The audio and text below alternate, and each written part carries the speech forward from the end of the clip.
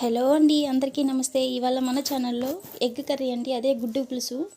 ఇంటికి సడన్గా చుట్టాలు వచ్చినప్పుడు మనకు గుర్తుకొచ్చే కర్రీ ఏంటి అంటే కోడిగుడ్డు పులుసే కదా. సో ఇందుకోసం నేనేం లేదండి, ఒక 2 మీడియం సైజ్ టమోటాస్ తీసుకున్నాను, ఒక ఉల్లిపాయ తీసుకున్నాను. ఇవి సన్నగా కట్ చేసుకోవాలి. అండ్ మనం కుక్ చేస్తున్న కడాయిలో 1 టేబుల్ స్పూన్ ఆయిల్ వేసుకొని, 1/2 టేబుల్ స్పూన్ జీలకర్ర అండ్ కట్ చేసుకున్న ఉల్లిపాయలు వేసుకొని బాగా మగ్గనివ్వాలి. గుర్తుపెట్టుకోండి, మనకి గ్రేవీలో ఉండే కర్రీలో ఉండేటువంటి గ్రేవీ మొత్తం ఈ టమోటా అండ్ ఉల్లిపాయ వేపుకోవడంలోనే ఉంటుంది. మీడియం ఫ్లేమ్ మీద బాగా మగ్గనివ్వాలి. సో అలా మగ్గినప్పుడే మనకి గ్రేవీ అనేది థిక్గా వస్తుంది.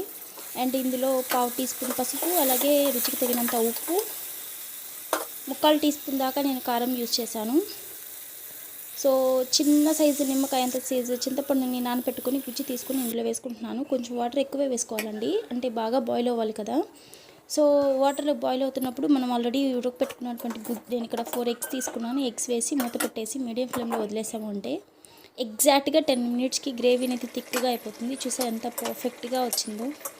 నచ్చితే సబ్స్క్రైబ్ చేయండి, లైక్ చేయండి, షేర్ చేయండి. థ్యాంక్ యూ అండి, థ్యాంక్ యూ సో మచ్.